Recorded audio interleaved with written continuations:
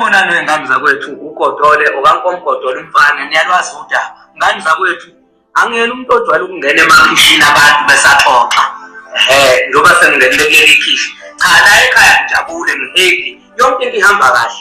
Futhi ke sesiwele ngelibanzi. Thina simkhonto ke siyayicabangela ikusasa. Into yenza ukuthi ke ngingene kuleli room noma la ekhaya. Abalandeli benkatha bangithinta kuma DM, bayangifonela, bayangiwathapa. Ngendlela nje abangaphathekile kahle ngayo, uhlabisa ebathengisa emini ilanga libalele nethimba lakhe leleli. Nomuntu lize ngingambonanga ngoba ngiyeza ukuthi engathi kune up and down. Angikho ke lapho kulungile kodwa ngoba sikhona sizoyibona sithule nje siyabuka. So ngifuna ukufakazela ukuthi uhlabisa akakwazanga ukucabangela abalandeli benkatha eSouth Africa kanye nje nabo bonke abalandeli beIFP kahle kahle. Akakwazanga ukuthi ebacabangele. Uhlabisa ucabangele isisu sakhe nebandla lakhe bacabangela nezikhundla. Bakhohle ukucabangela abantu abavotela iIFP. Mangenza isibonelo nje. KwaZulu Natal iMK isebenze kahle kakhulu KwaZulu Natal. Lokho kusho ukuthi bekufanele bona kube iMK ixoxe nabo ngoba iMK phela ewine kakhulu KwaZulu Natal. So iIFP ngendlela yenza ngakusho ukuthi ayemukela ukuthi idliwe. Eliphutha labo ngeke beze belibone ngoba bazi ukuthi mabedliwe behambe beyomema amasela neqembu labacindezeli bebamema ukuthi wozani sizolwa la. Ngoba kahle kahle kusho ukuthi yena ubambisana naleli iqembu leANC neDA. Ubambisana neANC ukahambisa umbuso kwiDA ngoba lento niyayibona nani ukuthi njengoba kwenzeka yonke lento bafuna ukunikeza iDA amandla ukuthi ikwazi ukulibusa lelizwe leli. Kodwa ke ngane zakwethu engingakusho nje kakhulu kuma MK ningesabi futhi ningatatazele hlisani moya.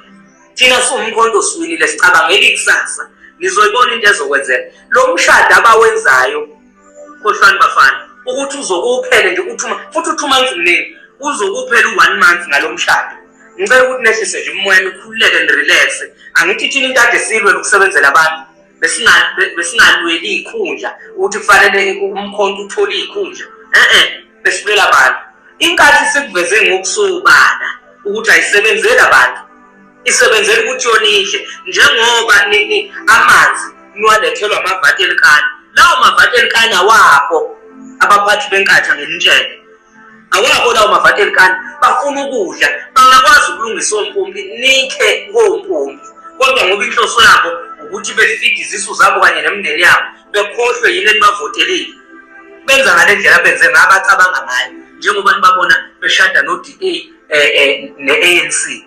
Inkatha ayibacabangeli abalandeli beIFP futhi ke ngingabeka kucace ngokusobala uphelile ngenkatha. Niyazwana nitshela yini kuphelile ngenkatha kufanele nikwazi lokho. Ngiyacontribute nami ukuthi nenze sure ukuthi leli ibhakede engiliphethe ngihambe ngithela izitulo zomeya namakhansela bazoba ngeenyawo sizoqeda yonke into soshanela somkhono. Inhloso yethu kusebenzela abantu hayi ukuthi ufuna izikhundla kodwa ngithi mina ngizobe ngithela izitulo zomeya namakhansela na wonke umuntu osebenzela nje inkatha sithela amanzi ngoba sekubonakele bafowethu IFP abalandeli beIFP ngane zakwethu ibhlungu kakhulu lento enezwayo ngoba uma sebethatha izinqumo bayithathele emakamereni ningekho nina ningabalwa nokubamba kulento eyenzakalayo bayithatha bebodwa nje inqumo.